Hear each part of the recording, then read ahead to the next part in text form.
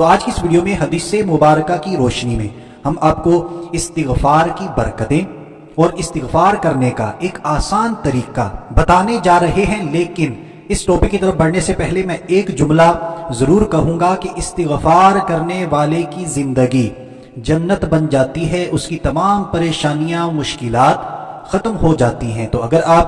استغفار کی برکات جاننا چاہتے ہیں تو آپ نے اس ویڈیو کو آخر تک لازمی دیکھنا۔ میرے اور آپ کے پیارے آقا صلی اللہ تعالی علیہ وآلہ وسلم نے ارشاد فرمایا،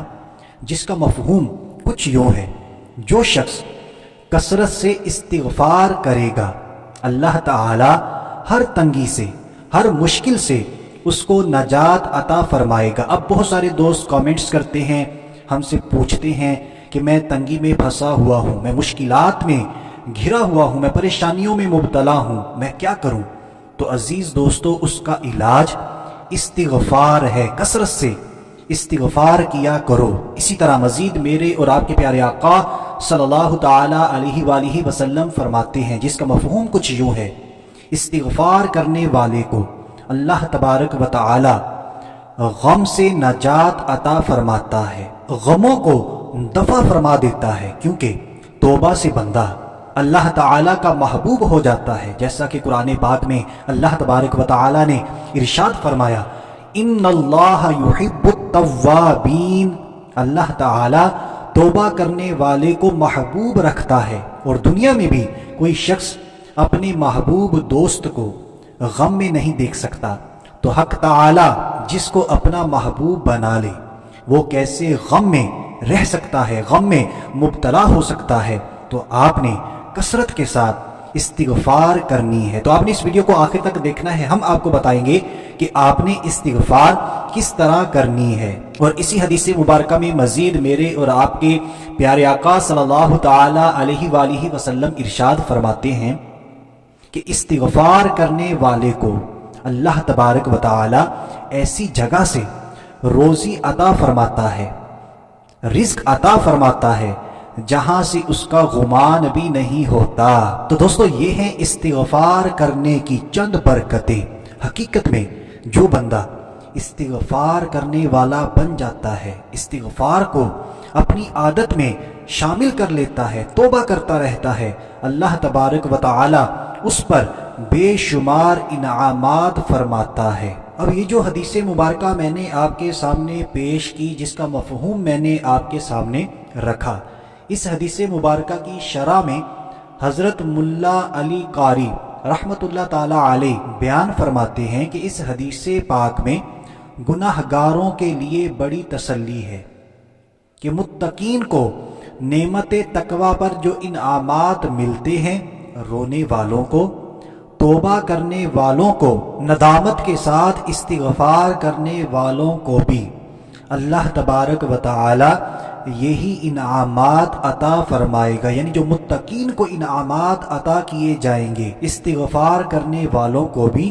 وہی انعامات اللہ تبارک و تعالی عطا فرماتا ہے۔ تو یقین مانیے، توبہ کرنے والے پر اللہ تبارک و تعالی کا بہت بڑا احسان ہے۔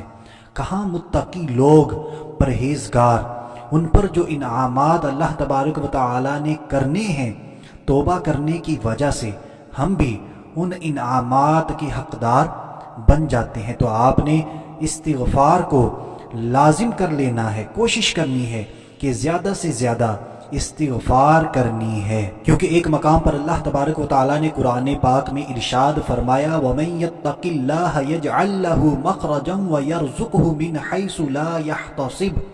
وَمَن يَتَوَكَّلْ عَلَى اللَّهِ فَهُوَ حَسْبُهُ۔ اس کا مفہومی ترجمہ کچھ یوں ہے کہ جو شخص اللہ تعالی سے ڈرتا ہے، وَمَن يَتَّقِ اللَّهَ، جو اللہ تبارک و تعالی سے ڈرتا ہے، اللہ تعالی اس کے لیے نجات کی شکل نکال دیتا ہے، نجات کے راستے نکال دیتا ہے، اور اس کو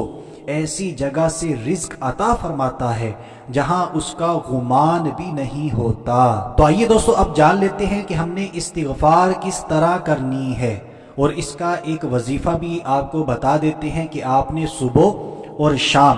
کتنی مرتبہ اس کا ورد کرنا ہے۔ تو اس سے پہلے میں آپ سے ریکویسٹ کروں گا، ثواب کی نیت کر لیجئے، مسلمانوں کو فائدہ پہنچانے کی نیت سے اس ویڈیو کو لازمی شیئر کریں، اور ہمارا آج کا ٹاپک اگر اچھا ہے تو ہماری ویڈیو کو لازمی لائک کریں۔ تو دوستو، استغفار کا سب سے آسان طریقہ اور آسان کلمہ جو ہر کوئی آسانی کے ساتھ پڑھ سکے گا، تو آپ نے کثرت کے ساتھ اٹھتے بیٹھتے چلتے پھرتے اپنے آپ کو فضول گوئی سے بچانا ہے، ادھر ادھر کی باتوں سے بچانا ہے۔ تو آپ نے پڑھتے رہنا ہے استغفر اللہ استغفر اللہ استغفر اللہ۔ اور اس کے علاوہ توبہ کے لیے ضروری نہیں ہے کہ آپ عربی کے اندر ہی توبہ کریں،